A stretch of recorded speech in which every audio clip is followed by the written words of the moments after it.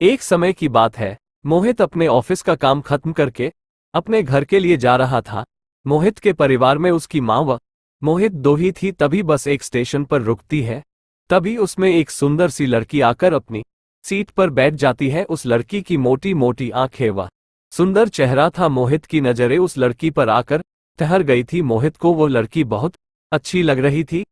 मोहित को वह लड़की इतनी सुंदर लग रही थी कि मोहित की नजर उस लड़की से हट नहीं रही थी। मोहित उस लड़की से प्यार करने लग गया था। अरे क्या बात है, इतनी सुंदर लड़की मैंने तो आज तक कभी नहीं देखी। क्यों ना इससे बात करके देखा जाए, क्या पता ये भी मुझे पसंद कर ले और हम दोनों शादी कर ले। फिर मोहित डरा शहमा खड़ा होकर उस लड़की के पास चला जाता है। हाय, मेरा नाम मोहित है। मैं मुंबई की सबसे बड़ी कंपनी आईआईटी में काम करता हूँ। वैसे आपका क्या नाम है? हाय, मेरा नाम श्रुति है।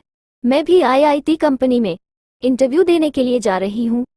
अरे तब तो बड़ी अच्छी बात है, हम दोनों एक साथ ही कंपनी में काम करने के लिए जाया करेंगे। मुझे भी कंपनी मिल जाएगी और आपको भी।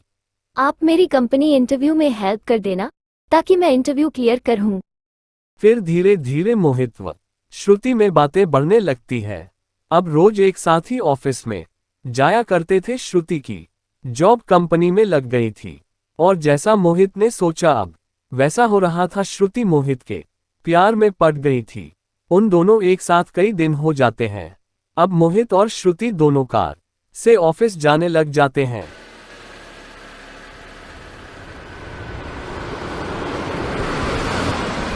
श्रुति, मैं तुमसे एक बात पूछना चाहता हूँ, क्या तुम मेरी बात का जवाब दोगी? हाँ हाँ, पूछो ना, क्या पूछना चाहते हो? इतने घबरा क्यों रहे हो?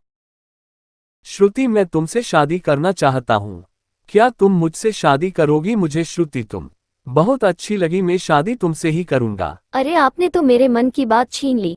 मैं आपसे शादी करने के लिए तैयार हूँ। अरे क्या बात है, मैं तो बहुत घबरा रहा था, कहीं तुम मना ना कर दो। मैं तो आज बहुत खुश हूँ। I am very happy. Shruti, तुम मेरी वाइफ बनने वाली हो। फिर मोहित व श्रुति दोनों शादी करके अपने घर पर पहुंच जाते हैं। श्रुति, मैं तो भूल गया, मेरी कार बाहर खड़ी है, मैं उसे पार्क करके अभी आता हूँ। जैसे ही मोहित अपनी कार पार्क करने के लिए बाहर जाता है, वैसे ही श्रुति एक भयानक चुड़ैल के रूप में आ जाती है। जब मोहित कार पार्क करके आ जाता है, उससे पहले श्रुति सही रूप में आ जाती है।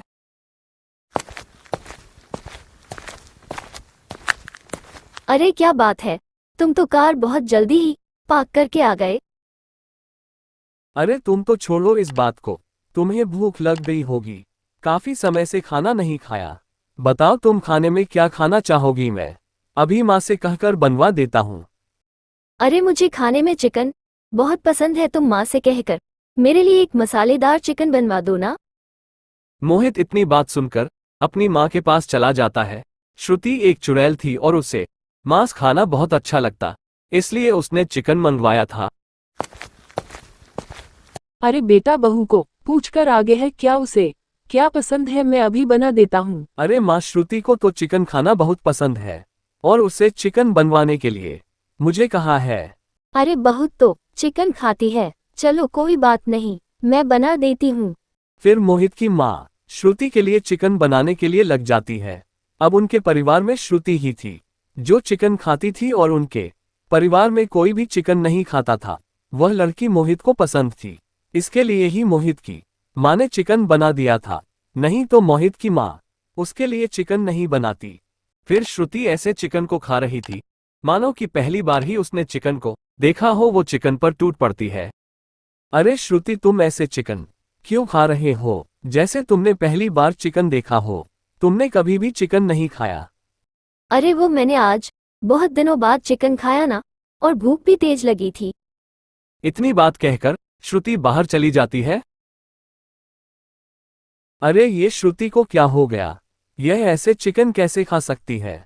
मुझे तो कुछ गड़बड़ लगती है, यह आराम से भी चिकन खा सकती थी। तभी वहां पर श्रुति आ जाती है। अरे मोहित, मैं तो बहुत थक गई हूँ, मुझे तो नींद आ रही है, ऐसा लगता है मानो मैं बहुत थक गई हूँ। चलो मैं तो सोती हूँ। फिर श्रुति को नींद आ जाती है, लेकिन मोहित की आंखों में नींद नहीं आ रही थी। तभी मोहित के पीछे एक भयानक राक्षस आ जाता है। ए चुड़ैल, खड़ी हो जा, देख मैं तुमसे बदला लेने के लिए तुम्हारे घर आ गया।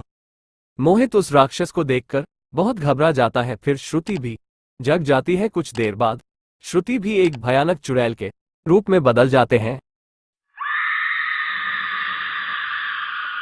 तांत्रिक, मैं तुम्हारा ही इंतजार कर रही थी कि तुम घर पर आए और मैं अपने परिवार की मौत का बदला तुमको मार कर ले सकूं। तू एक चुड़ैल है और तांत्रिक कभी भी चुड़ैल से नहीं डरता। मैं तुम्हें मार दूंगा जैसे तुम्हारे परिवार को मारा था।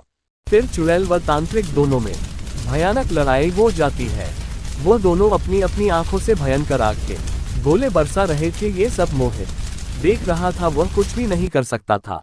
कुछ देर बाद में चुड़ैल अपनी काली शक्ति से उस तांत्रिक को आग में जला डालती है। आग में जलने के कारण उस तांत्रिक की वहीं पर मृत्यु हो जाती है। चुड़ैल ने तांत्रिक को बहुत भयानक तरीके से मार डाला था। मुझे माफ कर दो मोहित, मैं तुम्हारे साथ नहीं रह सकती। इस मायावी तांत्रिक ने मेरे परिवार को मारा था और मैं एक चुड़ैल परिवार से हूँ। मैंने अपना बदला ले लिया है और मुझे अब अपने चुड़ैल परिवार में वापस जाना होगा। इतनी बात कहकर चुड़ैल वहां से चली जाती है और मोहित अकेला हो जाता है।